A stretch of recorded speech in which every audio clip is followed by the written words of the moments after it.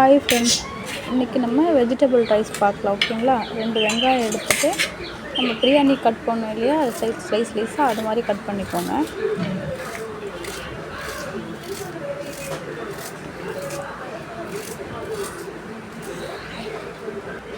ரெண்டு வெங்காயம் கட் பண்ணதுக்கப்புறம் தக்காளியும் அதே மாதிரி சின்னதாக ஸ்லைஸாக கட் பண்ணி 2 தக்காளி ஸ்லைஸாக கட் பண்ணி வச்சுக்கோங்க.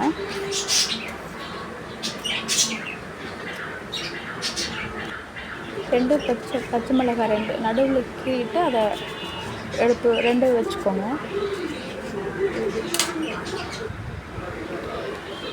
கொஞ்சமாக புதினா தலை மட்டும் எடுத்துகிட்டு வச்சுக்கோங்க. நெக்ஸ்ட்டு கேரட் தோல் சீவிட்டு சின்ன பீஸாக கட் பண்ணி எடுத்துக்கோங்க.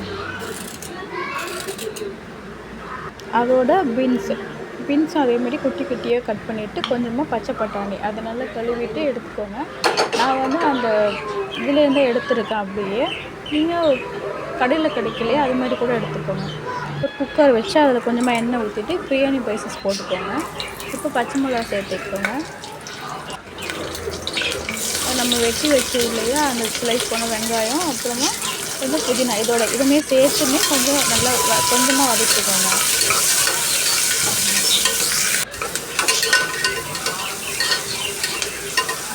நான் தயிரில் எதுவும் சேர்க்கல, ஸோ நான் நார்மலாக செஞ்சுருக்கேன்.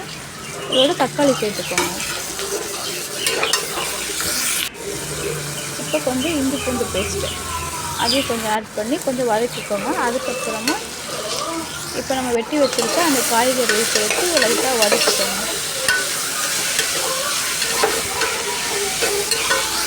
இப்போ கொஞ்சமாக உப்பு போட்டுக்கோங்க. நான் கல் உப்பு தான் சேர்த்தேன், நீங்கள் கொஞ்சம் உப்பு சேர்த்துக்கோங்க. உங்களுக்கு தேவையான அளவு உப்பு சேர்த்துக்கிட்டு நான் 4 டம்ளர் அரிசி ஊற வச்சுருக்கேன், அதுக்கேற்ற மாதிரி தண்ணி ஊற்றிக்கோங்க. இப்போ பிரியாணி மசாலா சேர்த்து கொஞ்சமாக கொதிக்க விடுங்க.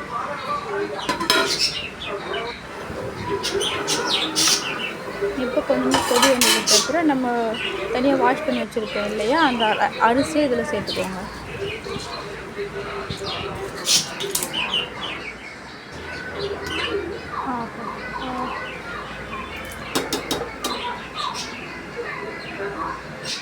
லைட்டாக கொதி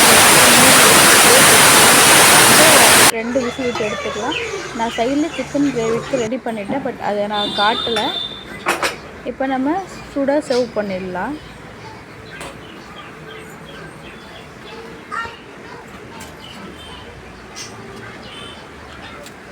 உங்களுக்கு இந்த வீடியோ பிடிச்சிருந்தா சப்ஸ்கிரைப் பண்ணிவிட்டு லைக் பண்ணிக்கோங்க ஃப்ரெண்ட்ஸ்.